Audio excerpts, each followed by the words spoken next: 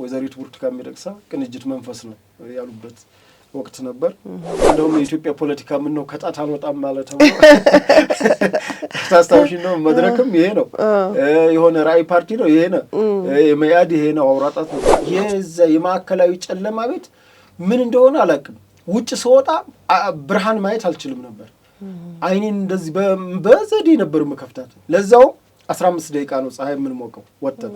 እኛ ቀጠሮኛ ነው ስንገባ ሞት ነው እድሜ ነው ብለው ጠየቁን። ምንድነው ምን እያሉን ነው ማለት እኛ ገና ምኑንም አላወቅንም። በአዲሱ የለውጥ መንገድ ቢሄድ ኢትዮጵያንም መንግስትንም ማገዝ እንደምችል አቅሜንም ማውጣት እንደምችል ስላመንኩ ነው ከየትኛው ፖለቲካ ፓርቲ ትቼ መንግስትን መደገፍ የጀመርኩት።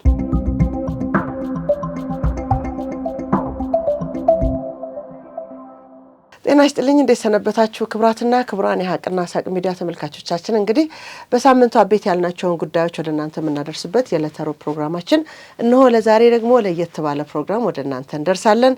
እንደሚታወቀው ከስፍራው ቴድሮስ አያሌው የሚያደርሰንን እንዲሁም አንዳንድ ሀሳቦችን ከትግራይ ክልል ማደርስበትን የዕለተ ሮብ ፕሮግራማችን እዚሁ ስቱዲዮ ተገኝቶ ዛሬ ቴድሮስ የሳምንቱን አቤት ጉዳዮች ነካ ያደረግን ግን ደግሞ ወደ ኋላ መለስ ብለን አንዳንድ ነጥቦችን እናነሳለን። እንደሚታወሰው ገና ከቴድሮስ አያሌው ጋር ፕሮግራም ስንጀምር በተወሰነ መንገድ ታሪኩን እንዲያጫውተኝ እዚህኛው የትግል ታሪክ ላይ ያለው ቴድሮስ አያሌው የትላንትና ታሪኩ ምን ይመስል ነበር እያልን ቢያንስ 5 ደቂቃም ቢሆን እንተርካለን ብለን ቃል ገብቼ ነበር። አልፎ አልፎ እናነሳቸዋለን። አንዳንድ ጊዜ ደግሞ የሀገር ጉዳይ ጠንከር ሲል በተለይ አማራ ክልል ላይ ሆኖ ሲዘግብ እዛ አካባቢ ያለው ነገር ቅድሚያ የሚሰጠው ሆኖ ስናገኘው የሱን ታሪክ እየዘለልን ዛሬ ላይ ደርሰናል። ዛሬ ግን እንደዋዛ እንዲሁ ማን ነው የሚለውን ከምንገልጸው በላይ ብዙ ታሪኮቹን ይነግረናል። ለምሳሌ ቴድሮስ አያሌው የእድሜ ልክ እስራት ፍርድ የተፈረደበት ወጣት እንደነበር ምን ያህል እናውቃለን? ከዚህ ጥያቄ እንጀምራለን። አስቀድሜ ግን እንኳን ደህና መጣህ ልበለው። እሺ እንኳን ደህና ቆይሽ ቴዲ። ሰምተኛል አይደለ? የእድሜ ልክ እስራት ተፈርዶበት የነበረ ወጣት ነው ዛሬ በሀገር ጉዳይ ላይ ፊት ተሰልፎ እዛው ችግሩ ባለበት በተለይ ደግሞ በትግራይ የህግ ማስከበር ሂደት ውስጥም ከነበሩት ያኔ በመከላከያ ስር ወይም መከላከያን ሲደግፉ በነበሩ የአማራ ክልል ወጣቶች ጎን ተሰልፈ ያን ታሪክ ታስመዘግብ የነበርክበት ወቅትም እንዳስሳለንና ከእድሜ ልኩን ጀምር። መልካም ሻቤ። ያው መቼም የሰው ልጅ ብዙ ሀሳብ ያስባል፣ ብዙ ነገር ያልማል። ግን ባልታሰበ ደግሞ ነገር ችግሮች ይገጥሙታል።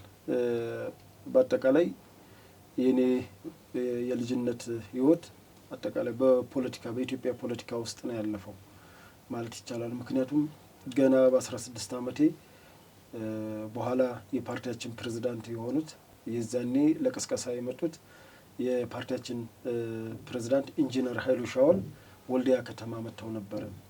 ማህድን ወደ መያድ ለመቀየር ይፋዊ ቅስቀሳ እየተደረገ ሞረሽ የኪነ ቡድን ህዝብ የጠላው መንግስትና ከባህሪ ወጣሳ ሁለቱ አንድ ነው የሚል ይፋዊ ቅስቀሳ ነበረ። በራሪ ወረቀቶች ይሰራጩ ነበር እና በዛ ሰዓት እኛ ልጆች ነበር በራሪ ወረቀቶቹን ተቀብለን ከኛ በላይ ከፍላሉትና አንዳንድ ልጆች ስንወስድ እንድናመጣ ሲያደርጉን አጋጣሚ ትንሽ ለኪነት ቀረብ ብላል ለዚህ ለኪነ ጥበብ ለስነ ጽሁፍ ቀረብ ስለምል ሙዚቃው ሳበኝ። አንዳንድ ነገሮችን ከዛ ጋር ማያቸው ነገሮች ሲስቡኝ የሞረሽ የኪነ ቡድን ጋር አብረን በከተማዋ እንዞር ነበር። ሁለት ጎዳና ነው የነበራት የዛኔ እንዞር ነበርና በዛ የመሳብ ነገር መጣ። የኔ ትልልቆች ወዳው ነው እድሜያቸው ስለፈቀደ ሲገቡ እኔ 16 ዓመቴ ስለነበር ገና ለአቅመ አዳም አልደረስኩም። እድሜ ሲደርስ ተብዬ ግን ዝም ብሎ አለ አይደለ እዛ ኪነተኞች ጋር የተመላለስኩኝ ጽፈት ቤት ነበር በፊት ፒያሳ አካባቢ ፖሊስ ጣቢያ ፊት ለፊት ነበር የኛ ወልዲያ የነበረው ማስተባበሪያ ቢሮ። እዛ ጋር እየተመላለስኩ በወቅቱ አሁን ጠበቃ መሐመድ አሊ መሰለኝ ይቅርታ አባቱን መሐመድ ነው ግን መሐመድ አሊ በሰዓቱ የኛን አካባቢ የወሎን አካባቢ ያስተባብር ስለነበር ኪቦርድ አምጥቶልን ነበር። ዋሽንት መሰንቆ እነዚህ ነገሮች እየሳቡን ወደ ፖለቲካው እየበለጠ በቃ የእውነት ለመናገር አባቴም ያው የቀድሞ ሰራዊት አባል 100 አለቃም ስለነበር ናቅፋም ተዋግቷል። ምጽዋም የነበረውን አስመራም የነበረውን በከረን አሁን ኤርትራ እነዚህ ግዛቶችን ያላቃቸው ግን አባቴ በጥሩ ትውስታ በሀገር ፍቅር ስሜት ይነግረኝ ነበር። በተለይ ስለ ቀይ ባህር ስለ ምጽዋ እሱም በደንብ በቁጭት ነው የሚነግረኝና እሱን ከእንደገና እናቴ ደግሞ የህዝብ ያው ያውቃል ወልዲያ ህዝብ የወልዲያ ላይብረሪ አስነባቢ ነበረች እና አስነባቢ መሆኗ ምን ጠቀመኝ የኢትዮጵያን ታሪክ አሁን በተለይ የኢትዮጵያ አንድነትና የአጼ ቴዎድሮስና የኢትዮጵያ አንድነት የአጼ ምኒልክና የኢትዮጵያ አንድነት የአጼ ዮሐንስና የኢትዮጵያ አንድነት የሚለውን ተክለ ጻድቅ መኩሪያ የጻፉትን መጽሐፍ ታባነች እንዳነብ ስትጋብዘኝ በኋላ ስለ ኤርትራ በጣም እንገበገብ ስለነበረ ዘውዴ ረታ የጻፉትን የኤርትራ ጉዳይን እንዳነብ ጋበዘችኝ። ማንበብ ብቻ አይደለም ሰነድም እንደሆነ የተረዳሁት በእናቴ ነው። ያ ነገር የሀገር ፍቅር ስሜቴን ወደ ፖለቲካ ያለኝን ነገር ጨመረ። ከዛ እንግዲህ ቅንጅት መጣ። ቅንጅት እንደምታውቂው ሁሉም እንኳን ለአቅመ አዳም እየደረሰ ይቅርና ማንም ሰው ቅንጅት ነበር። ህፃን አዋቂው ሁሉ ቅንጅት የነበረበት ጊዜ ነበር። እንደውም ወይዘሪት ብርቱካን ሚደቅሳ ቅንጅት መንፈስ ነው ያሉበት ወቅት ነበር። እንግዲህ የቅንጅቱ መንፈስ በሰዓቱ በራሪ ወረቀቶችን የቅስቀሳ ፓምፕሌቶችን እነዚህ በተለይ ቅንጅቱ የሚታወቀው ማኒፌስቶ እነዚህ በበራሪ ወረቀትም የተወሰኑ መጣጥፎች እነሱ ነበሩ። እነሱን በማድረስ አብዛኛው ህዝቡ ወደ ቅንጅት የመጣበት ጊዜ ስለነበረ በዛም ከአመራሮች እየተቀበል አልነ። በኋላ ላይ ደግሞ የመላው ኢትዮጵያ አንድነት ድርጅት መኢአድ ቅንጅት ስሙን ኢህአዴግ ቅንጅት ስሙንም ምልክቱንም ወስዳ ላየለ ጫሚሶ ስሙን ሰጥተው ምልክቱን ደግሞ ለዛው ፓርቲ የፓርቲ ምልክት አድርገው እንግዲህ ኢህአዴጎች ከሰሩት ከቅንጅት ደባ ስሙንም ምልክቱንም ወሰኑ። 2002 ታዲያ አውራጣት ነበር ምልክታችን። እንደውም የኢትዮጵያ ፖለቲካ ምን ነው ከጣት አልወጣም ማለት ነው። ታስታውሺ ነው መድረክም ይሄ ነው የሆነ ራዕይ ፓርቲ ነው ይሄ ነው የመኢአድ ይሄ ነው አውራጣት ነው። እና ይሄንን በሰዓቱ የሰሜን ቀጠና የወጣቶች የቅስቀሳ ግብረ ኃይል መሪ ነበርኩ።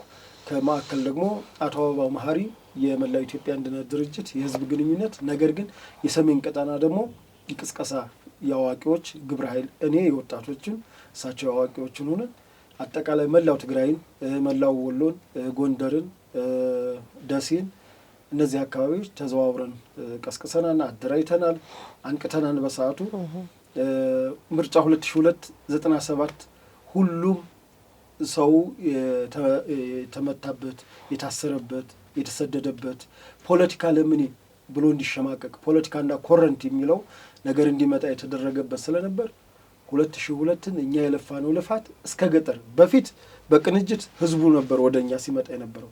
በ2002 ግን እኛ ነበርን ወደ ህዝቡ እያንዳንዱ የገጠር ቀበሌ ድረስ በመግባት በማደራጀት በማንቃት ትልቅ ስራዎችን ሰርተናል። በዚህ ያልተደሰቱ በወቅቱ የኢህአዴግ አመራሮች የባዕድን አመራሮች እኔ ከወልዲያ ተይዤ ወደ ማዕከል እንድመጣ ተደረኩ።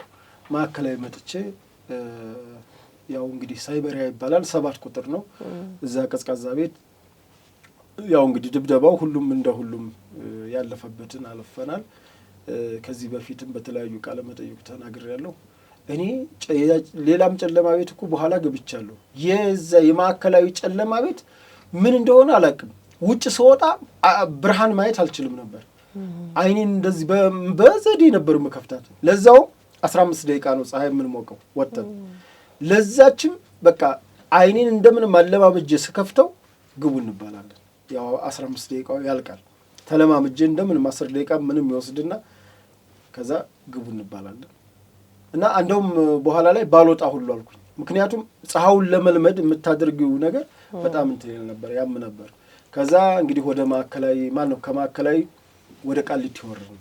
ቃሊቲ ስንወርድ አቃቤ ሕግ የዕድሜ ልክ ክስ አገር ክደት ሽብር ወንጀል በማለት የህገ መንግስቱን በኃይል ለመናድ ተደራጅተዋል በሚል የሐሰት ክስ ፈብርኮ እኔም አላውቃቸውን 5 ሰዎች ጨምሮ በነ አቶ ሲሳይ ብርሌ ነፍሳቸውን ይማር ከወጡ ከስር በኋላ ያው ህይወታቸው በአደጋ አጥተዋል። በጣም ትልቅ ሰው መካሪያችን ነበሩ። በኋላ ጓደኛ አድርገውን በእሳቸው መዝገብ የሚጠራ እንግዲህ እሳቸው በፊት ከነ ኢንጂነር ቅጣው እጅጉ ጋር የአርበኞች አንድነትን በመመስረት መስርተዋል። ግን ጊዜው አልፏል። እንግዲህ ቅጣው እጅጉም በህይወት ካለፈ ቆይቷል። ሆን ብለው ግን ኢህአዴግ መክሰስ ከፈለገ 98 ያለፈ ሰውዬ ለ2003 መከሰሻ አድርገው ለዛ ትልቅ ሰውዬ ከዛ የኛ አባሪ አደረጓቸው። በማላውቃቸው 5 ሰዎች አባሪ ተደርገው 6ኛ እኔ ሁኜ በነ አቶ ሲሳይ ብርሌ የሚጠራ የክስ መዝገብ ተብሎ ቃሊቲ ወረድን።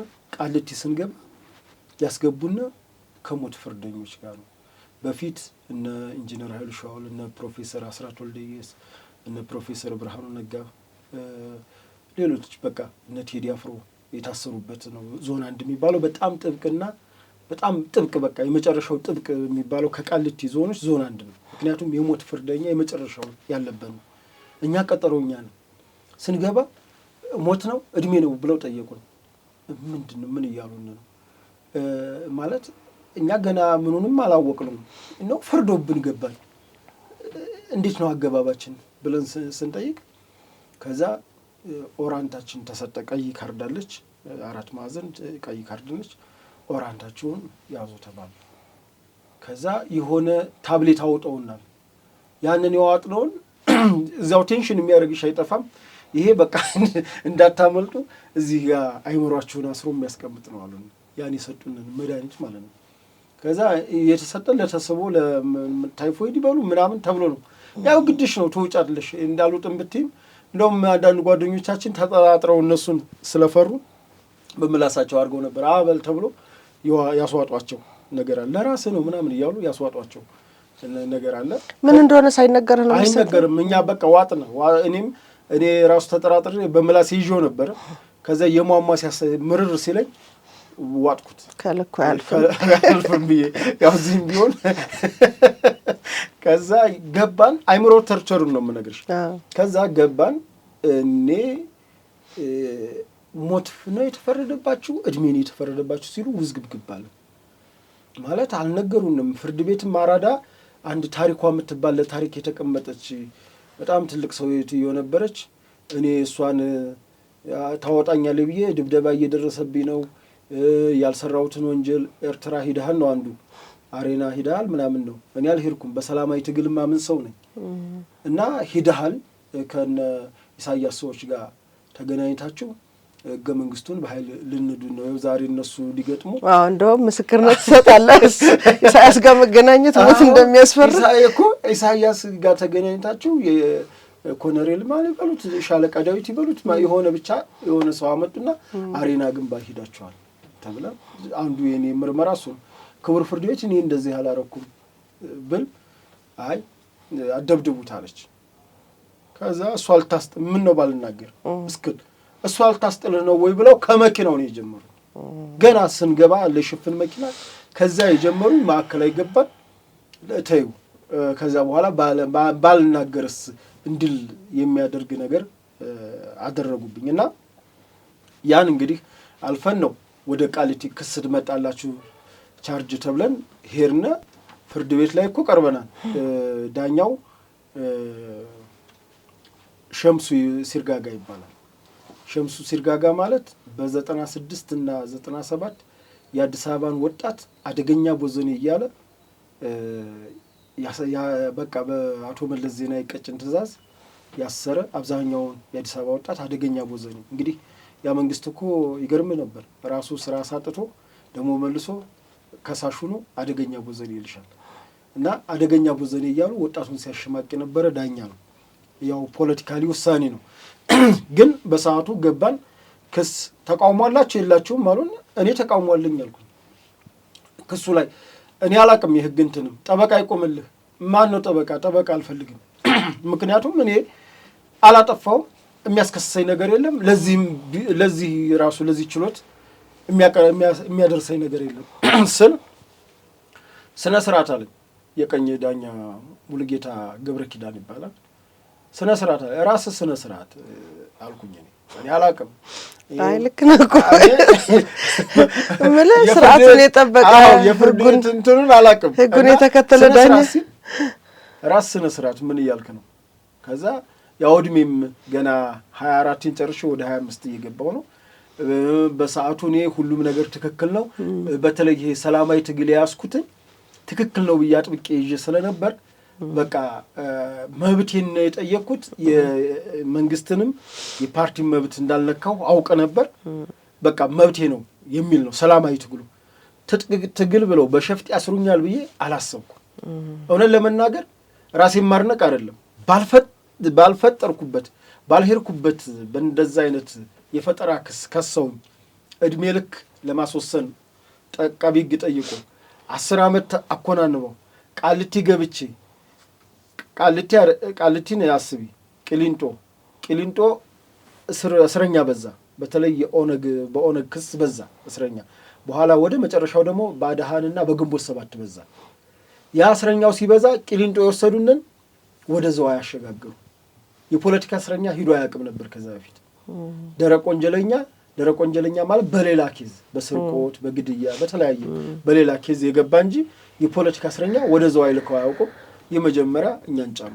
ምክንያቱም እስር ቤት እየሞላ መጣ። በኋላ አይመጡም የተባሉ በሙሉ ሞት የተፈረደባቸው እድሜ ልክ የተፈረደባቸው መጡ። እኛ ሂደን እነተፈራ መጡ። እነ ጄኔራል ተፈራ ማሞ ማለት ነው። የመፈንቅለ መንግስት ክስ ስለነበር መጡ፣ ተቀበልን። ሌሎችም ጋዜጠኞቹ መጡ፣ እኛ ተቀበልን። እነ ውብሸትም በኋላ ነው የመጣው። እነ ውብሸት ታየም መጡ። ሁሉንም ብቻ እየተቀበልን እዛ የኛ ጨለማ ቤት 8 እና 9 ነበረ።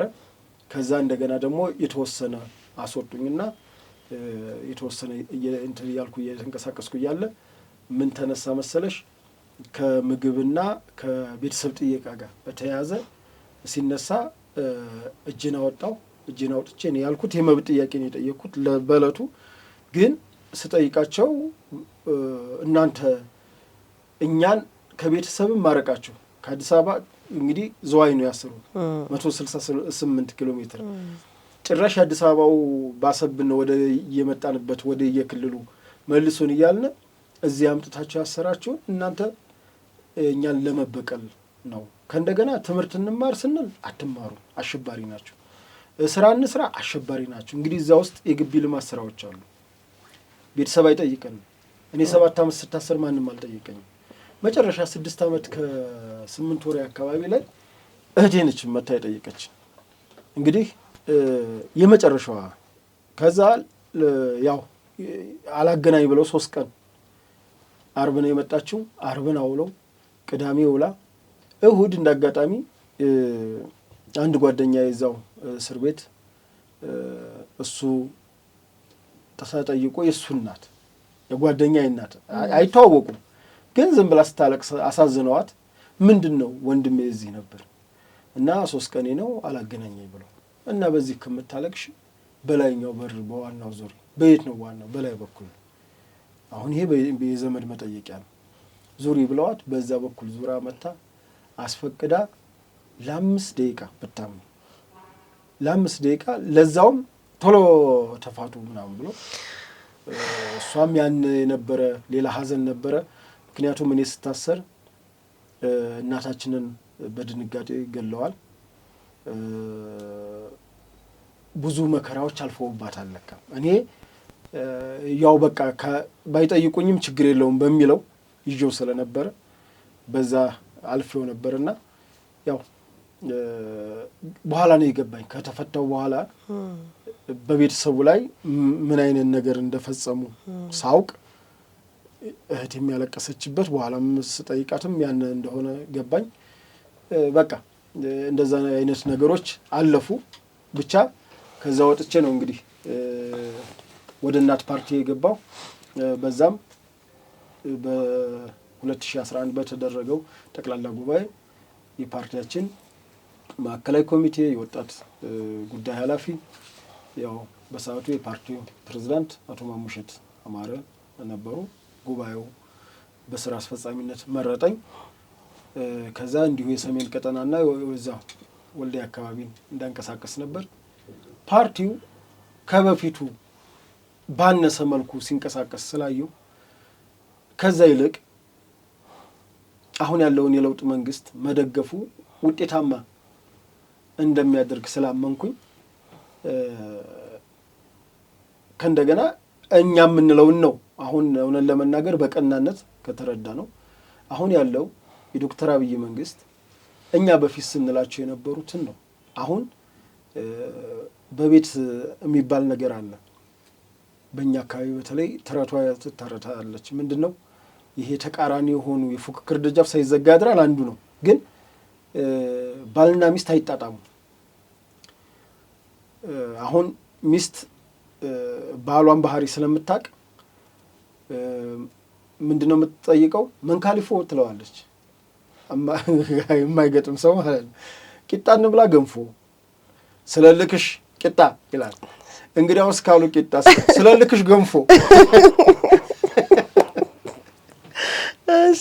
አሁን የኢትዮጵያ ፖለቲካ በተለይ በተቃዋሚና በገዢው ፓርቲ የምታየው ነገር ከጥቂቶቹ አሁን ጥቂቶቹ አሉ፣ ጥሩ ነው። አንደኛ አሳታፊም ብለው ክቡር ጠቅላይ ሚኒስትሩ የያዙበት አካሄድ ቆንጆ ነው። ከዚህም በፊት በትጥቅ ትግል የምናውቃቸው እነ ጄኔራል ጻድቃን እና አቶ ጌታቸው ሌሎች አኩርፎ የሄዱ የኢህአዴግ አኩራፊ የነበሩት በተለይ የሱፍ ዑመር ዋሻ የእሱ ራሱ አንድ መጽሐፍ ነው። እውነት ለመናገር አሁን መደመር መንግስት አለ አይደለ?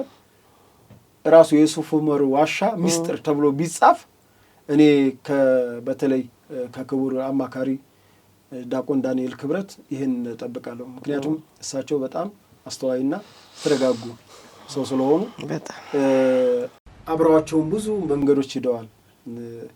የአንበሮቹን ያንን 777 አሁን ደግሞ ጥፍ ሆኗን ቻሌንጁ ለቻሌንጅም አይበገሩም። በነገራችን ላይ አቶ ጌታቸውም ሳይሸሽጉ ያወሩት በቀደም እንደው እርስዎ የሚሄዱበትን ስንከተል በቃ እኛም ትንፋሻችንን እንትናለንና እናመሰግናለን ሸንቀጥ ስላደረጉን ብለዋልና እንትኑን ብቻ አይደለም ዶክተር አብይ ሀሳብ ብቻ አይደለም መሬት ላይ ያለውን ነገር ይደፍራሉ። ይሄን ደግሞ የሚታይ ነገር ነውና እኔም በተለይ ደግሞ በዚህ በሰሜኑ ጦርነት ወቅት ወደዛ ለመጣ ነበር የገቡባቸውንም ቦታዎች ስለማቅ እነዛ ነገሮች ለሳቸው ያለኝን ክብር እንዲጨምር ያደርጋልና ዙሮ ከፓርቲ ፖለቲካ ሆኖ መቀጠል እንደ ለስሙ ተቃዋሚ እሳቸው አሁን ተፎካካሪ አድርገውታል።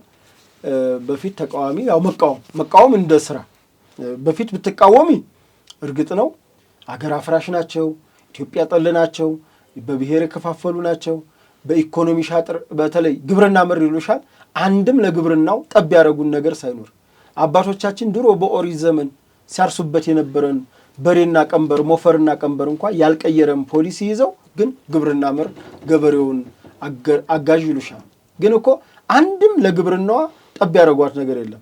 ቢኖር ይህንን ድንግል መሬት ይህንን ያልታረሰ መሬት ምን አድርገውታል? የኢህአዴግ ግብርና መር ዩሪያና ዳፕን ከዩክሬን አምጥተው ማዳበሪያ መሬቱን እንዲቃጠል አድርገውታል። የሰሩት ነገር ቢኖር ይሄ ነው። አንድም በራስ አቅም በራስ እንትን ያሻሻሉት ነገር አልነበረም እና የቀድሞውን መቃወም ምክንያታዊ አድርገህ ምክንያታዊ እንዳምልሽ አሁን አንዳንዴ መቃወም ማለት ስራ የሚያደርጉ ሰዎች አሉና በድሮ የተቀኙ ሰዎች አሉ። ይሄ አቶ ጌታቸው ገልጿቸዋል። የተቸነከሩት እና የተቸነከሩ እና እኔ ቀድሜ አልተቸነከርኩም። ቀድሜ ነው የወጣሁት፣ መንጭቄ ነው የወጣሁት። ምክንያቱም እናት ፓርቲ እያልኩኝ እዛ ጋር ብቆይ እኔ አሁንም እኮ የብልጽግና እኮ ባልኮኝ አይደለም፣ ሀሳብ ደጋፊ ነኝ፣ የመንግስት ደጋፊ ነኝ። ህግና ስርዓት እንዲከበር በተለይ ደግሞ ፍትህ ሀብት ክፍፍል እንዲመጣ የሰዎች ሰብአዊ መብት እንዲከበር እታገላለሁ። የግድ የፓርቲ ፖለቲካ ውስጥ የሆነ ፖለቲካ ውስጥ ገብቼ ያንን የፓርቲውን ዓላማ ብቻ እንዲሰርጽ ከኔ ፓርቲ ጥቅም አንጻር አልሰራም። ፖለቲካ ውስጥ አለው በፖለቲካ ነገር ግን ለኢትዮጵያ ጥቅም በሚሰጥ መልኩ መታገል ስለምችል ከእንደገና ደግሞ አሁን ያለው የፖለቲካው ምህዋሩ ሰፊ ነው፣ እንደውም የተንበረቀቀ ነው። አንዳንዱ እንደውም ነፃነቱ በዛና መብትና ግዴታውን አላውቀው ብሎ የግለሰቦችን ክብር እየነካ ነው የሚጋጨው እንጂ መንግስት ተቹ ይብሏል። መንግስት ክፍት አድርጓል። እያንዳንዱ ነገሮች ክፍት ናቸው። ኑ ተሳተፉ፣ ኑ አግዙ። አይደለም ለፓርቲዎቹ አንበርቾ ላይ እዚህ ሀላባ ላይ የሰጡት የገጠር ኮሊደር ላይ እስኪ በየአካባቢያቸው ለውጥ አሳዩ። በቃ ይሄንን እኛ ይሄን ሰርተናል፣ እኛን ተችታቸው የተሻለ ደግሞ አድርጋቸው ከዚህ ቻሌንጅ ነው እኮ ይሄ።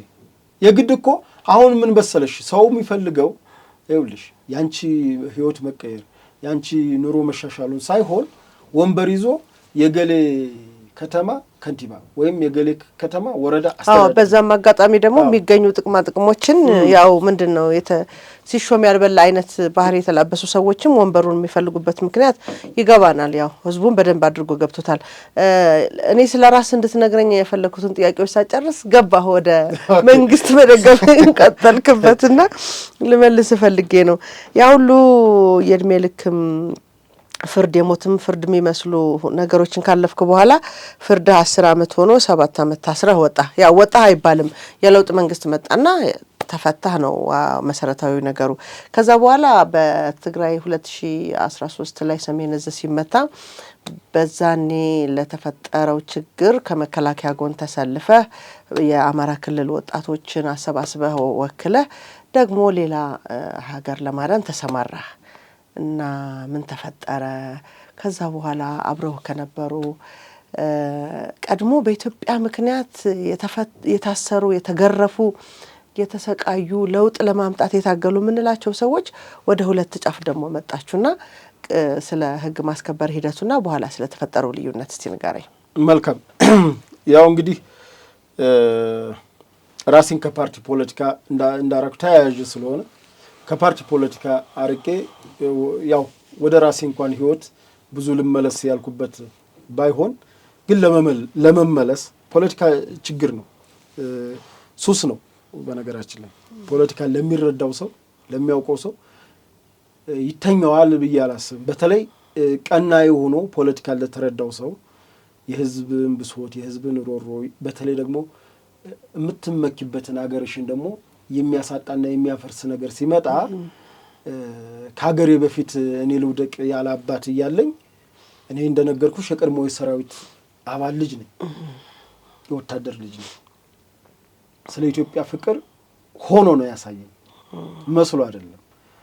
ትንሽ ይቅርታ ይደረግልኝና ፖለቲከኛ ማስመሰል ነው የሚችለው። ምክንያቱም በፖለቲካ ዓለም ራሱ መርሁ ቋሚ ወዳጅ ቋሚ ጠላት የለም ነው። ወታደር ግን ለእውነት ነው የሚሞተው እና ስለ እውነት ስላመነበት ነገር ነው የሚሞተው። እኔ የወታደር ልጅ ነኝ። ቃሌን በሀገሬ ላይ ቃሌን አላጥፍም። ሀገሬን በሚጎዳ ነገርም ላይ መሳተፍም አልፈልግም። የዛም ታሪክ የለኝም። ወያኔንም ስቃወም በሰዓቱ ከመርህ አኳያ ነው። ያመርህ ምንድነው? ዘረኝነትን ፖለቲካ በማስፋፋት የኢትዮጵያ ሉዓላዊነት በመዳፈሯ በትምህርት ፖሊሲ ትውልድ በመግደሏ ግብርና መርቀድም ገልጨዋለሁ። የተለያየ ከመርህ ነው። ከዚህ ከስሜታዊነት ከምን ተነስቼ አይደለም። ወይም ገሌስ የሆነ አካል ስለደገፈ ልደግፍ ስለተቃወመ ልቃወም ብዬ አይደለም። ያም ስለሆነ ዋጋ ከፍያለሁ፣ ታስሬያለሁ። የለውጡን መንግስት መጣ፣ ተፈትቻለሁ። ከተፈታውን በኋላ የተወሰነ በፖለቲካ ለመሳተፍ ሞክሬያለሁ። ስሞክርም ብዙ በዛ በአሮጌው ፓርቲ ከሚሄድ ይልቅ በአዲሱ የለውጥ መንገድ ቢሄድ ኢትዮጵያንም መንግስትንም ማገዝ እንደምችል አቅሜንም ማውጣት እንደምችል ስላመንኩ ነው ከየትኛውን ፖለቲካ ፓርቲ ትቼ መንግስትን መደገፍ የጀመርኩት። መንግስትን ለመደገፍ ደግሞ የፓርቲ አባል መሆን አይጠበቅብሽም። በቃ የመርህና የህግ እንደገና ኢትዮጵያ አትሙቱልኝ አትልመችም። ከእንደገና የሰሜኑ ጦርነት እንግዲህ የጥቅምት 24 ጉዳይ እውነት በሌላው ሀገር ቢሆን ምን አይነት ታሪክ እንደሚጻፍ ምን አይነት ለዛ ያን ድርጊት ላደረጉት አካላት አይደለም አብረው መቆም አይደለም አብረው መብላት መታየትም የሚያስጠላ ነው። ወንጀሉ ከባድ ነው። አገር ክደት በቃ ማለት እሱ ነው። አገር ነው የካዱት። ግን ያን በራሱ በአንድ ምዕራፍ የሚዘጋ መንግስት ራሱ ከይቅርታው እንኳን አንጻር ፕሪቶሪያ ስምምነት ባለቀ ጦርነት ላይ ፕሪቶሪያ ስምምነት ተብሎ ያ ነገር ወደ ድጋፌ ልምጣልሽ። ወደ ድጋፌ ስመጣ እንግዲህ ሰሜን እዝ ተመታ። ከዛ በኋላ የትግራይ ገበሬ እንዲያርስ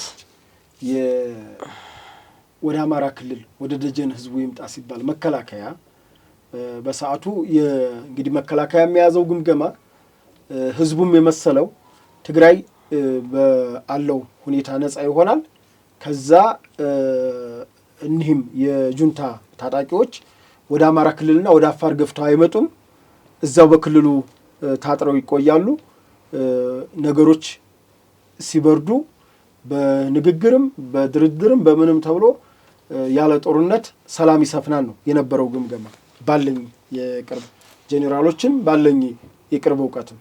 ነገር ግን ያ ሳይሆን ሐምሌ 5 እንግዲህ አላማጣን ያዙ፣ ወረሩ። ከዛ በዛ አልቆምም። እሺ በነባሩ ክልል ለመምጣት ታስቦ ነው ተብሎ የሆነ ብዙም አልነበረም። በአማራ ክልልም የነበረው በሌላም የነበረው በፌዴራል መንግስቱም እንደውም ካስታወሽ መከላከያው ትእዛዝ አልተሰጠኝም እያለ የሚያፈገፍግበት ትእዛዝ አልተሰጠኝም እያለ የሚያፈገፍግበት ነበር እና የመሰለው በበፊቱ በድሮ በትግራይ ክልል ሆኖ ይሄ አጨቃጫቂ የወሰን ጉዳዮች አለ አሁንም በዚህ በወልቃይትና በራያ ይሁን በቃ እስከዚህ። ምክንያቱም ኮረም ላይ በዚህም በኩል ጨርጨር ላይ ስለነበር የነበረው ሰራዊቱ አፈግፍጎ መጣና የት ወደቀ መሰለሽ? በድሮ ክልል ላይ ወደቀ። አሁንም የጁንታ ሰራዊት አላቆምም። አይሹ የክልሉ ነፃ ማድረግ ጉዳይ አይደለም። ጉዳዩ ወደ ማዕከላዊ መንግስት ነው። ጉዳዩ ደግሞ በሰዓቱ ይሄ ፓን አፍሪካኒስት ይሄ በተለይ ክቡር ጠቅላይ ሚኒስትራችን ይሄ ኖቬል ዓለም አቀፍ እውቅናው የነ ትራምፕ መንግስት አልደገፈም። ሌሎችም ተቀናቃኞች ነበሩ። የኛዎቹም ጅላንፎዎች ዳውን ይሉ ነበረ በሰዓቱና የዓለም አቀፉ ግፊት በመንግስታችንም ላይ ይሄ እጅ መጠምዘዝ ካስታወሽ እንደውም አቶ ሽመልስ የሚናገሩት ነበረ ደጋግመው የኦሮሚያ ብሔራዊ ክልላዊ መንግስት ፕሬዝዳንት ማለት ነው። ለሻገተ ስንዴ ክብርት አዳነችም ይናገሩት ነበር። ለሻገተ ስንዴ እጃችን አይጠመዘዝም። እውነት ነው። የምግብ ዋስትናችን የህልውናችን ጉዳይ ነው። በተለይ የአፍሪካ ሀገራትን ይሄ ምዕራባውያኖች ትልቁ ጠምዝዘው የሚይዙት ሀብት ላይ ተቀምጠን እርዳታ እንድንጠብቅ ስለሆነ ያን ደግሞ እንድንጠብቅ የሚያደርጉን እርስ በርስ እያጋጩ ስለሆነ እንግዲህ ያ ስንዴ ይቀራል ነው አንዱ እጅ መጠምዘዣ የነበረው። ከዛ ያን እንግዲህ የምኒልክ ዕዳ እኮ ነው በነገራችን ላይ አጤ ምኒልክ ነጮችን ስላሸነፉ ያ የነጮች ቂም እስካሁን ድረስ አለች። ቀጠለ። አዎ። እና ማን ላይ መጥቶ ወደቀ መሰለሽ? ዶክተር አብይ ላይ። ለዛ እኮ ነው ዳግማዊ አድዋ የተባለው። የጁንታው እኮ ጁንታ እኮ አይደለችም ስገፋ የነበረው ምዕራባውያኖች ጭምር ነው ሲገፉ የነበረው። አሁን ሰው እየረሳው በቃ የትላንቱን እየረሳው ስለመጣ ነው እንጂ ጁንታም አቅም ኑሯት አልነበረም። ከእንደገና ኮቪድም የነበረበት ጊዜ ስለነበረ ሌላ አካባቢ ላይ ግጭት ስላልነበረ የነበረው ግጭት ኢትዮጵያ ላይ ስለነበረ ዓለም አቀፍ ሚዲያዎችን ትኩረት ሳበ። እያንዳንዱ ነገር እስኪ ዛሬ ትኩረት ይሳብ አልሳብም። ለምን አልሳብም? ጋዛ አለ፣ ኢራን አለ፣ ኢራቅ አለ፣ ማን ነው እስራኤል አለች። ማን ነው ዩክሬንና ሩሲያ እየተዋጋ ማን ነው መጥቶ የወያኔን ጦርነት የሚዘግብልሽ? በወቅቱ ጠቀማቸው ያን ነገር። ዓለም አቀፍ ትኩረትን አገኙ። ኢትዮጵያም ተደራራቢ እንግዲህ ኢትዮጵያ በታሪኳ በአፄ ምኒልክ ጊዜም ማዕቀብ ተጥሎባታል። የሚገርምሽ ለጣሊያን ተፈቅዶ ለኢትዮጵያ ማዕቀብ ተጥሏል። በአፄ ምኒልክ በዛን ዘመን በአፄ ኃይለ ሥላሴ ጊዜ የማይጨው ውጊያ ማዕቀብ ተጥሎባታል። ማዕቀብ መጣል ብቻ አይደለም። ጣሊያኖች የመርዝ ጋዝ በኢትዮጵያኖች ሲያርከፈክፉ ሊግ ኦፍ ኔሽንስ ዝም ነው ያለው። አፄ ኃይለ ሥላሴ ሄደውም አሰምተዋል። በባድመ ጦርነት የሚገርምሽ በኢትዮጵያ መንግስት ላይ ማዕቀብ ተጥሏል። ኢትዮጵያ ላይ ያለው ይሄ የምዕራብ ዓለሙ ጥላቻና እንትን በደል ዛሬ የመጣ አይደለም። ማን ላይ መጣ ደግሞ? አሁን ልክ የጁንታው ሲቀሰቀስ ማዕከላዊ መንግስቱን አልፈለጉትም። ምክንያቱም ኢትዮጵያዊነት ስሜት አለው፣ አገራዊ ስሜት አለው። ፓን አፍሪካኒስትን እንደገና እያንቀሳቀሰ ነው። አሁንም ብታይ የክቡር ጠቅላይ ሚኒስትር አስተሳሰብ ያ ነውና በቃ ከዛ አንጻር ያ ጦርነት የባዕዳን ድጋፍ ስለነበረው እነሱም ጃዝ እያሉ መጡ። ያ ሲመጣ እንግዲህ በሐምሌ 5 አላማጣ ነበሩ። ሐምሌ 12 ዞብል ላይ ወጡ። ዞብል ማለት የራያ ከፍታ። ከዛ ሐምሌ 16 ቆቦን ያዙ። ይሄ በሆነበት ሰዓት ወጣቱ አደራጁን አለ፣ አዋጉን አለ። አዋጉን ሲል አንደኛ ለማሰልጠን ጊዜ ይወስዳል። 3 ወር ቢያንስ ለበለብ ስልጠና ታዩ 3 ወር፣ አለበለዚያ ቆንጆ ወታደር 6 ወር መውሰድ አለበት። የአካልም የአይምሮ ስለ ውትድርና ያን ለማድረግ ጊዜ አልሰጠም፣ ፋታ አልሰጡሽም። ይህን ደግሞ ያውቃሉ። ከዛ በፊት ደግሞ የአማራን ሕዝብ ያደረጉትን ያውቃሉ። ራሳቸው ምን አድርገውታል? መሳሪያውን የነጠቁትን ነጥቀዋል። በተለይ ሸዋ አካባቢ፣ ወሎ ደጋውን አካባቢ፣ ጎንደርን አካባቢ ገፈውታል። ሌላውን አካባቢ ደግሞ ከፍተኛ ገንዘብ በፊት በወያኔ ዘመን ምን እንደተሰራ ስለሚታወቅ ነው። በኋላ እንግዲህ እድሜ ለመንግስት አብዛኛውን አስታጥቋል። አብዛኛው የግልም ታጣቂ በዩ በፋኖም ስም በዩ በሰዓቱ ፋኖም ተብሎ ጥሪ ቀርቧል። እኔም ነበርኩ፣ ተሰጥቷል። እኛ ምንድን ነው የሰራ ነው? የህዝባዊ ሰራዊት ድጋፍ ሰጪ የሚል ቡድን አቋቋምኩ። ያ ቡድን 20 ሾፌሮች፣ 20 ጋራጅ የሚሰሩ ቴክኒክ፣ በተለይ መኪናዎች በተለያየ ቦታ ላይ ይቆሙ ስለነበረ እነዛ መኪናዎች እንዳይቆሙ ከመከላከያው ጋር በማገናኘት እነዛን የጋራጅ ባለሙያዎች በየሻለቃው በየመኪና በያለበት በየመካናይዝዱ በማስገባት 20 የሚሆኑ የጋራጅ ባለሙያዎችን፣ 20 የሚሆኑ ሾፌሮችን፣ 10 ሐኪሞችን አግላይ እንደገና ፈርስት ኤድ አደጋ ቁስል ደም የሚያቆሙ 5 ስፔሻሊስት ጭምር ያለበት ዶክተር አሳትፈን በዛ ቀውጢ ጦርነት መሃል ገብተናል። 200 በላይ ድጋፍ ሰጪ። ድጋፉ በምን ይገለጻል? ስንቅ በማቀበል፣ ትጥቅ በማቀበል፣ መንገድ በመምራት፣ መረጃ በመስጠት ይህንን ያካታል። በኋላ አርቲስቶችን በማስተባበር አርቲስቶችን በመጥራት ዛሬ እኛ ጋም ባይሆኑ አርቲስቶችን አሳትፈናል። ዛሬ በተለያየ እንግዲህ አንዳንዴ አስቸጋሪ ነው። ዛሬ አንቺ ጋር የሆነው ነገ ላይኖር ይችላል። ግን በወቅቱ ከኛ ጋር ስለነበሩ ሰራዊቱን ሞራል አነሳስተዋል፣ ድጋፍ ሰጥተዋል። እርግጥ እውቅና አሰጣጥ ላይ የተወሰነ ችግር ነበረበት። ክልሉ ችግር ያለበት ነው። እውቅና ማሰጣጥ ላይ ችግር ነበር። ኩርፊያ ይፈጥራል። በነገራችን ላይ እንደዛ አይነት ነገሮች አሁን ስላልጠየቅሽ ነው እንጂ ሌላ ጊዜ ቅሬታ የሚያስፈጥሩ በተለይ እዛው ውስጥ ያሉ ክልሉ ላይ የነበረ ለእኔ እኮ ክልሉ እኮ እውቅና አልሰጠኝም። የሚገርመሽ ነገር ማለት ነው እንግዲህ የሰሜን ጦርነት ሲጀመር የወልዲያን ሕዝብ በማስተባበር ሲባል አናስገባም ሲል ወልዲያ ክቡር ከንቲባ መሐመድ ያሲን የሚታወሱበት ሐምሌ 20 ለ21 ሌሊት ጁንታ ገባች ተብሎ መከላከያ እንደፈረሰ ተደርጎ አመራር እንደካደ ተደርጎ ሲነገር በሞንታርቦ በዛ ደረቅ ሌሊት ወጥተን ሕዝቡን ተረጋጉ፣ ከተማችሁን ለወራሪ ለባዕድ ሰጥታችሁ እንዳትወጡ፣ ጠላት እዚህ አካባቢ አልደረሰም፣ ጠላት አለ ግን ጠላት እዚህ አልደረሰም፣ ከተማችሁን ለማንም ወንበዴ ጥላችሁ እንዳወጡ ተብሎ ቅስቀሳ ስናደርግ ህዝቡ ሲረጋጋ ያው እሳቸውን ከጎናቸው በመሆን በማበርታት አይዞህ በማለት ጓደኛ ይመስላል። በኋላም መከላከያ አመራሮችን መረጃ በመስጠት ለአካባቢ ባዕድ እንዳይሆን፣ ምክንያቱም ከትግራው ከነበረው ምት ከነበረው ክደት አንጻር አላገገመም ሰራዊታችን። ሁሉን እንደውም አንድ ጊዜ ጄኔራል ሐሰን ኢብራሂምን ለምንድነው በዚህ ግቡ ስለማትገቡ ትላለህ? አይ ቴዲ አንተ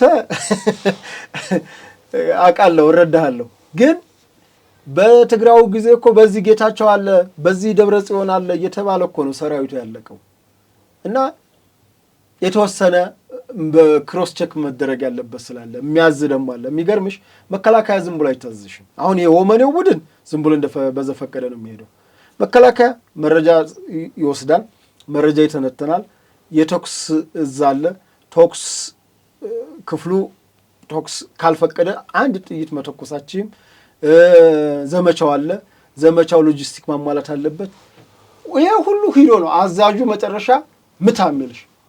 አለበለዚያ በዚህ እያለፈ እኮ ጥላት አንድ ጥይት መጫዋችን ትክክል ነው፣ እውነት ነው። እዝ ስለሆነ እሺ እና ያው እኔ ሲቪልም ስለሆንኩኝ ስሜቱም ስለሆነ ያለው በዛ ሰዓት አንዳንዴ ትእዛዝ ምናምን ሲባል የምን ትእዛዝ ነው እንግዲህ እስክናልቅ ነው ወይ ምናምን እንላለን። ያው እንግዲህ ሰው ነች የሚጠበቅ ነገር ነው። ጦርነቱ እየተለማመድሽው ስትሄጂ አንዳንድ ቦታዎች ላይ እኮ አሁን ዝም ብዬ እየሰማሁ ያለሁት ምናልባት ተመልካቾቻችን ቴድሮስ እስከ ዛሬ ላይ ከስፍራው ስለምትዘግበው እውነታ በእርግጥ በጣም ይወድሃል፣ በጣም ያደንቀሃል። በጣም ደግሞ መረጃዎች እዛው ባለህበት ሆነ የምታየውን የምትታዘበውን ስለሆነ የምታደርሰው ተአማኒነቱ ከፍ ያለ ሀሳብ ወይ መረጃ ስለምታደርስ እሱ እንደ መነሻ ሀሳብ ሆኖ ግን እስከ ዛሬ ድረስ የት ነበር? ምንድነው የሰራው? የአማራ ክልል ወጣቶች እያስተባበርክ አሁን የምትነግረንን ድጋፍ ለመከላከያ ስታደርግ እንደነበረው ሁሉ ሌሎች አንተ ጋር የነበሩ ደግሞ መከላከያን ሲደግፉ የነበሩ ህግ ለማስከበር የኢትዮጵያን ሰላም ለማምጣት መስዋዕትነት ሲከፍሉ ከነበሩ ደግሞ ተለያያችሁ። ምሳሌ ከእስር ቤት እስከ የትግል ታሪክ እነ ጀነራል ተፈራም እነ እስክንድርም እነ ፋንታውን ኮሎኔል ፋንታውን እንችላለን እና ዘመናጋጅ እና ለምንድነው የተፈጠረው የሚለውንና ከዛ በኋላ ከነሱም የደረሰብህ ጥቃት እንዳለ አውቃለሁ። ወደሱ እንሻገር እስቲ። መልካም ያው እንግዲህ ቅድም ብዬሻለሁ መርህ ነው ትልቁ ነገር። አሁን ኢትዮጵያን ያለ ሰው በማንም መንደርተኛ መሸነፍ የለበትም፣ መርበድበድ የለበትም። አማራ እኮ ከኢትዮጵያ በታች ነው። ትግሬ እኮ ከኢትዮጵያ በታች ነው። ኦሮሞ እኮ ከኢትዮጵያ በታች ነው። ሶማሌ ከኢትዮጵያ በታች ነው። አፋር ከኢትዮጵያ በታች ነው። ኢትዮጵያዊ ትልቁ ማዕቀፍ እያለ ለምንድነው የዘር ጉያ ውስጥ የምንወሸቀው? ለስሙ ባፋችን ባንደበታችን ወያኔን እንጠላለን። ወያኔ ያጠለቀችልንን የብሔር ካባ ግን እንደ መኩራሪያ እንደ መንቀባረሪያ እናደርገዋለን። ከእንደገና ብሔርተኝነት ባልከፋ ብሔርተኝነት አሁን እንደሚባለው ባህልሽ፣ ወግሽን፣ ስርዓትሽን፣ ማንነትሽን የተወጣሽበትን ማህበረሰብ ማንም የወጣበትን ማህበረሰብ የሚጠላ የለም። ለእኔ ልንገርሽ አሁን እዚህ ካለሁበት አዲስ አበባ ከምኖረው ሌላ ቦታ ሂጄ እውነት አየሩ ራሱ ገና ወደ ተወለድኩበት ቦታ ሲሄድ አየሩ ይመቸኛል። ማንም የወጣበትን ማህበረሰብ አይጠላም። እንደሚጠላም ተደርጎ መነገር የለበትም። አሁን ትልቁ የኛ ችግር ትልቁን መከበሪያችንን አውልቀን ይሄ ምንድነው አንዳንዴ ከራማ ይሄ ትልቁን እንትኑን ውቃቢው የተገፈፈ ሰው የለም። በቃ ይሄ ትልቁን መከበሪያውን ያው እሱም እኮ በዓላማ ነው እንድትጥል የተደረክበት። የባለፈውን ስርዓት እኮ የምንወቅስበት አንዱ ከኢትዮጵያዊነት ይልቅ ብሔርተኝነትህን የክልልህን ስም እየጠራ እንድትኩራራ ስለተደረገ ነውና አንዳንድ ጊዜ የሚደረግብህን ነገር ሳታውቀው እየተለማመድከው ትመጣና እሱን ትቀበለዋለህ። እሱን ነቅቶ መቃወም መጀመር ነው ትልቅነት። ከእንደገና ደግሞ የሚገርምሽ ነገር ይሄ አሁን ብሔርተኝነት ይሄ በተለይ አሁን የኛ ክፋቱ ጥላቻ ትርክት አለበት። ትርክት እንደምታውቂው መረጃም ማስረጃም የለም፣ አሉባልተኝነት ነው ያለው። እንደውም ክቡር ጠቅላይ ሚኒስተር ለምንድነው በትላንትናው የተጣላን እየሳበን ወደፊት መሄድ እኮ እያቃተን ነው። የትላንትናው ለታሪክ ለትምህርት እናስቀምጠውና አሁን ባለንበት ተነጋግረን ወደፊት ወዳለው እንስፈንጠር የሚለው አባባል ትልቅ ነገር ነው። በቃ የሚያዋጣው አሁን የትላንትናው እኔ አሁን እውነት ለመናገር አጼ ምኒልክ እንዲያደርጉ ብትይ እኔ አይገባኝም። የማይገባኝ ለምን መሰለሽ ታሪክ እንደ ታሪክ የሚባለው ጥሩም መጥፎውም ነው። ደግሞ እኮ ሌሎች ያደረጉት እንዲነግሩ ይፈልጋሉ እንጂ የራሳቸውንም ስህተት እኮ በሌላው አካባቢ የራሱ ደግሞ ስህተት የሆነ ታሪክ አለና የሚታይ የሚገርምሽ አሁን ይኸውልሽ፣ አሁንም አንመለስም ወደዛ ወደ ጠየቁት ጥያቄ ገባለኝ። አንዳንዴ የማይታይ ወሬ ሰምቶ የሚታይ ጥፋት የሚያጠፉ ልጆች ስላሉ እውነት ነው። እንደው አንዳንዴ ያ ማስረጃ ላይ ኖረው ይችላል፣ ምንም ላይ ኖረው ይችላል። ግን ዛሬ የሚታይ ጥፋቶች እያጠፋ ነው። ከዚህ ነገር እንድትቆጠብ። ይሄ የጠላት መንገድ ነው። አንድ የሚያደርገን ሳይሆን የሚያፈርስ መንገድ ነው እና ይህንን ከዚህ መንገድ ወጥተን ብንሄድ ነው። ወደ ጠየቅሽ ስመጣልሽ እኔ በመርህ ነው የሚሄደው። ትላንትም ኢትዮጵያን ደግፌ ወጥቻለሁ። እርግጥ ነው ወያኔ አማራ ነህ ብላ ልትገለኝ መታለች። አዎ አማራ ነኝ ብዬ መክቻለሁ። እሱ ኃጢአት አይደለም። ምን መሰለሽ አንዳንዴ አማራ ነህ ኢትዮጵያዊ ነኝ እያልሽ ጥላትሽ ፍላጎቱ እየታወቀ ለምን ሊያጠቃሽ እንደመጣ እየታወቀ በማኒፌስቶ በጫካ በወንበዴ ሕግ ጥላታችን አማራ ነው ብሎ ለእኔ አማራ ነህ ተብዬ እገልሃለሁ እያለች ነው። አጠፋለሁ ጥላቴ ነህ እያለች ነው። ታዲያ ለወያኔ አበባ ጉንጉን ወይም ቀይ ምንጣፍ አንጥፌ ልጠብቃት ነው እንዴ? አልጠብቃትም። ምክንያቱም ለምትገለኝ ነገር ታርጋ ሰጥታኛለች፣ አስብታኛለች። ለመታረድ መዘጋጀትና አለመዘጋጀት የኔ እንትን ነው። አይ እኔ ኢትዮጵያዊ ነኝ ማሩኝ ብል የለም በዚህ ክልል የተከለለው በሙሉ አማራ ነው ብሎ ራሱ አማራ ደግሞ ታርጋውን ሰጥቶ አዎ የወያኔ የትግራይ ህዝብ ጥላትም ነው ብለዋል። እንግዲህ የትግራይ ህዝብና አማራ ህዝብ ጠብ ነው ወይ? እንግዲህ ትንሽዬ ጉጅሌ ሰፊውን የኢትዮጵያ ማነው የአማራ ህዝብና የትግራይን ህዝብ አይወክልም። ምክንያቱም ወያኔም ያንን ፖሊሲ ሲያረቁት ጫካ ላይ እያሉ ደደቢ በረሃ ላይ እያሉ ማንም የትግራይ ህዝብ አልወከላቸው። ራሳቸው ናቸው ነፃ አውጪህ ነን ብለው የገቡት።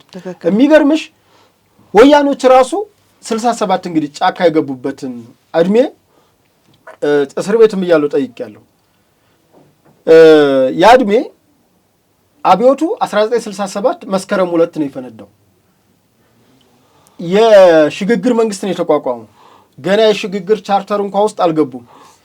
1967 መስከረም 2 ደርግ ስልጣን ይዞ እነሱ መቼ ገቡ? 1967 የካቲት 11 ወሩን ስትቆጥሪው 5 ወር ከ9 ቀን ነው። በ5 ወር ከ9 ቀን ደርግን ዲሞክራሲን አላሰፈንክም ጨቁነህናን ብለው ገቡ። እነሱ ግን 27 ዓመት ሙሉ እየገዙን ምን ይነግሩሻል መሰል? እሱማ ጫካው 50 ዓመት ሞላቸው። ግን 27 ዓመት ሙሉ እየገዙን ዲሞክራሲ ታያቸው።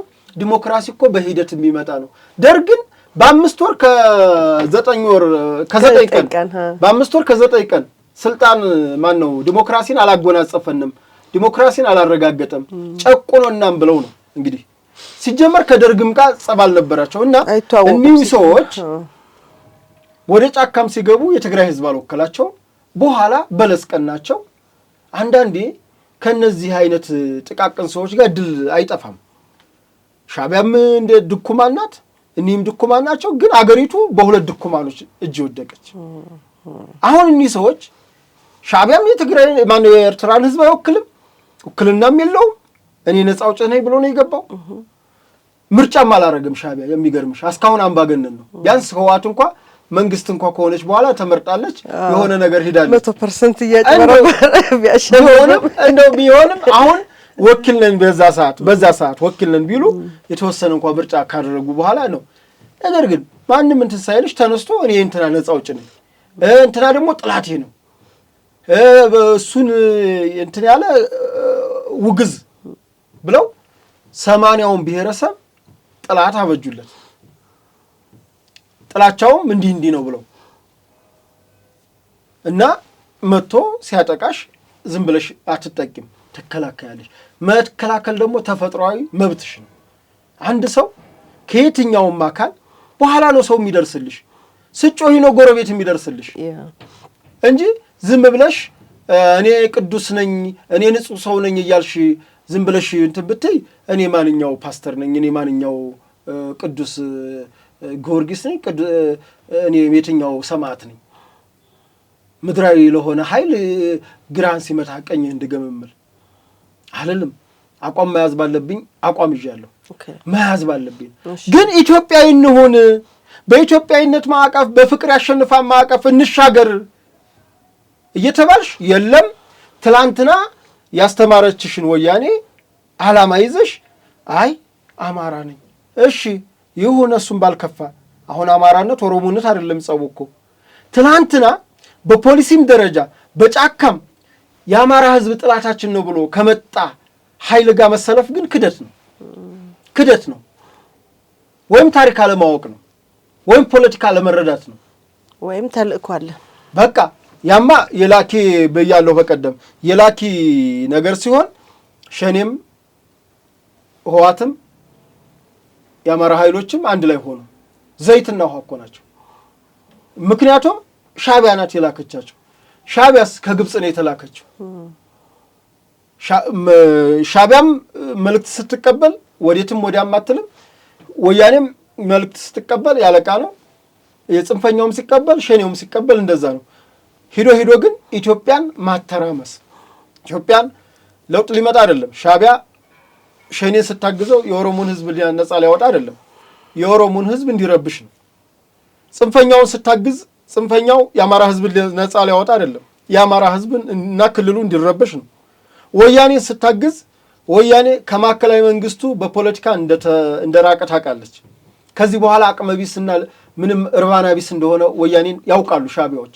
ግን ወያኔ እንደ ድሮ አቅም ኑሮት አገር ሊያስተዳድር ወይም 4 ኪሎ ወደ ቤተ መንግስት ሊቀርብ ሆኖ ሳይሆን ትግራይንና እሱ በፊት ሲያስተዳድርባቸው በነበሩ አካባቢዎች ባለው መዋቅር አገሪቱ እንዲያራብሽ ነው፣ ኢትዮጵያ እንዲያራብሽ ነው። ምንም ሌላ ወዲህ ብትዩ ወዳ ብትዩ የምታመጨው ነገር የለም። እና ድጋፍ ሰጪ ሆን በዛ ድጋፍ ሰጪነታችን አስተባበርነ። የሰሜኑን ጦርነት በድጋፍ ሰጪነት መክተናል። ስንመክትም በምክንያታዊነት ነው። እዚህ ጋር ኢትዮጵያን አፈርሳለሁ ትግራይ ትሰር እያለ ነው የመጡት። እንግዲህ ይሄ ዲጂታል ዘመን ነው እኮ። አሁን እኔ እዚህ ስቱዲዮ ስለተቀመጥኩ አይደለም፣ ትናንት ያሉት ነው። ለዚህ ነው እንዳትሳሳቱ። ዛሬ ታሪክ የሚቀመጥበት ጊዜ ነው። ዲጂታል ነው ዘመኑ። አሁን እንዲህ ብዬ ተሳስቼ የምትዩ ነገር የምታጥፊው ነገር የለም። ትላንትና ከወደዛ የመጣው አካል ምን እያለ እንደመጣ ይታወቃል። ከዚህ ያለው አካል ምን እያለ እንደሆነ ይታወቃል። በዛ ሰዓት እንግዲህ በምንም ይሁን በምን አብረን ድጋፍ አድርገን ያን ኃይል መክተናል። ውጤቱም ቆንጆ ነበር። በኋላ ቅድም የመጣውልሽ አንዳንድ ቅራኔዎች ተፈጥረው ነበር እውቅና ከመስጠትም አኳያ። አሁን ዛሬ ክልል ከተተራመሰ በኋላ እንደራደር እንዲህ እንበል ምናምን የሚሉ አሉ። በእርግጥ ያለፈው አመራር ሊሆን ይችላል። ይሁን እንጂ እውቅና ከመስጠት አኩራፊ ተፈጥሯል። ከእንደገና ክልሉ እንዲተራመስ ከመፈለግም የተነሳ አንዳንድ የመንግስት ሚስጥሮች እንዲወጡ ተደርገዋል። ትክክልም ይሁን ደብዳቤው አይሆንም። ያንን በወቅቱ ማስተባበል እየተቻለ ሚዲያው እያለ ሰዎቹ እያሉ በሰዓቱ ማስተባበል ሳይችሉ ቀርተው ክልሉ እንዲተራመሱ ነው።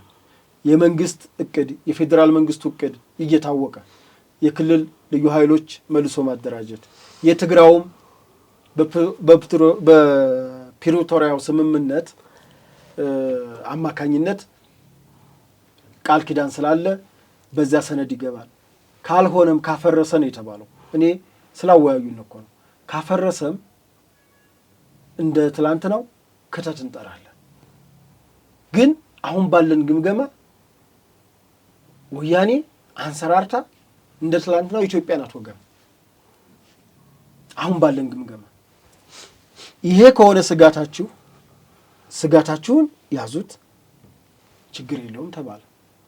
ነገር ግን ውስጥ ላይ ሌላ ፍላጎት ያለው አካል ስለነበር ያችን አዋጃችን ደብዳቤ እንደ መልካም አጋጣሚ ተጠቅሞ ይሄው የፌዴራል መንግስቱ ልዩ ኃይሎችን አፈረሰ። እንደውም የሚገርምሽ የኦሮሚያ የሁሉም መልሶ መደራጀት እንደተሰራ እየታወቀ ለአማራ ክልል ብቻ መልሶ መደራጀቱ ለአማራ ክልል እንደመጣ አድርገው የሚናገሩ የመንግስት ማመራር የታሰሩም አሉ እና አቶ ዮሐንስ ቦያለው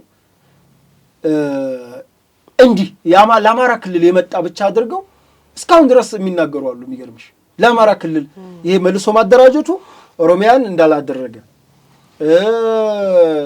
ሶማሌ እንዳላደረገ ሌላው ክልል ደቡብ እንዳላደረገ አድርገው ይሄ መልሶ ማደራጀት ለአማራ ክልል ብቻ ነው የመጣው። ይሄም ደግሞ ብለው የሚያወሩት ራያና ወልቃይትን ለትግራይ ሊሰጥ የሚል ነው። እንግዲህ በግልጽ የተቀመጠ አለ። አጨቃጫቂ ወሰኖች የማንነት ጥያቄ የተነሳባቸው የፌዴራል መንግስቱ የፌዴራል አካል ይቆጣጠረዋል ተብሏል። ያንን ነገር እያወቁ ነገር ግን አይ ያለቀ ጉዳይ ነው ሊሰጥ ነው እየተባለ ይሄው የወልቃይቱ የተወሰነ ሰዎቹ ጥሩ ስለነበሩ አቅጣጫው ስለገባቸው ይዘዋል። በራያ በኩል ያለው ግን ትርምስምስ አደረጉት። ለመንግስትም ሳይሆን ለምንም ሳይሆን አሁን የራያ ህዝብ በዚህ በጁንታ በዚህ በጽንፈኛ በመሃል እንግዲህ ጥቁር አስፋልት ላይ ነው ያለው የመንግስት አካል። ከዛ ውጭ ያለው እኮ በሙሉ እየተሰቃየ ነው ያለው። ይሄኛው ያግተዋል፣ ይሄኛው መሳሪያ አለህ 150 ሺህ ይላል፣ ይሄኛው ደግሞ ሲመልሰው ይሄኛው ጽንፈኛ ወስድና 150 ሺህ ይቀበላል። እንዲህ እያለ ነው እንደ ሸማኔ ዕቃ ተወርውሮ ነው። ለህዝቡ ነው ብለው የወጡ ሰዎች መልሰው የሚያሰቃዩበት እንደገና ጥላት እሺ ጋር አሁን አስቢ እንግዲህ እኔ አሁን ጥላትም ብለው ስላለች ነው ራሷ ወያኔ ራሷ የአማራ ህዝብ ጥላት ነው ብላለች። ሻዕቢያም የአማራ ህዝብ ጥላት ወይ ይቅርታ አልጠየቁ። ይሄን ብለን መነሳታችን አሁን እንግዲህ በ1967 ነው እንደዛ ብለው የተነሱት። የብሔር ፖለቲካን እያቀነቀኑ ባለበት ነው የተነሱት። እኛ በሰዓቱ እንዲህ ነው ብለው ወይ ይፋይ ይቅርታ አልጠየቁ። እኒህ ሰዎች ይፋይ ይቅርታ ባልጠየቁበት ሁኔታ ለአማራ ህዝብ እታገላለሁ የሚለው አካል በተለይ እነ ምሬ እነ ዘመነ እነ ደሳሌ ሲያስብ ሸዋ መታወቅ አለበት። አብረው አሁን ጽንፈኞቹ በሙሉም ክልሉን ቢያተራምሱት እነ ሀብቴ ወልዴ እነዚህ በአማራ ክልል አሁን የአራቱ አውራጃ በተለይ አፋ ባህ የሚባለው ግሩፕ በሙሉ ከወያኔ ጋር እና ከሻዕቢያ ጋር ነው። ይሄም ደግሞ ሊያሸንፉ ሆኖ ሊታገሉ ሆኖ አይደለም፣ ሊያሸንፉ ሆኖ አይደለም። ምንድነው እንትናቸው እዛ ጋር እያተራመሱ መሳሪያ ከሸጡ ቤት አሁን ገዝተዋል። ሁሉ የድሃ ልጅ አልቃል ጡት ተቆረጠ ይሉሻል፣ የሆነ ነገር ይሰራሉ እንጂ እነሱ እንደሆነ አሁንም ቢሆን ቤት አዲስ አበባ ገዝተዋል፣ ባህር ዳር ገዝተዋል። ለእነሱ ራቀም ደብረ ዘይት፣ ናዝሬት፣ አዳማ ገዝተዋል። እንግዲህ እዛ ጋር የህዝብ ልጅ ያስጨርሳሉ። እነሱ ደግሞ ሰላም ነው ባሉት ሐዋሳ ድረስ ቤት ገዝተዋል። በየከተሞቻቸው በወልዲያ፣ ደሴ፣ ኮምቦልቻ ቦታ ገዝተዋል። ሐይቅ ቦታ ገዝተዋል። ስለዚህ የተለያየ ነው የአቋም ጉዳይ የመርህ ጉዳይ ነው የሚለው ነገር እንያዝ። አዎ ያቋም በቃ እኔ ኢትዮጵያን አልኩኝ፣ እነሱ ግን አማራንም ብለዋል እኮ አይደለም እያልኩሽ ያለው አገባኛ።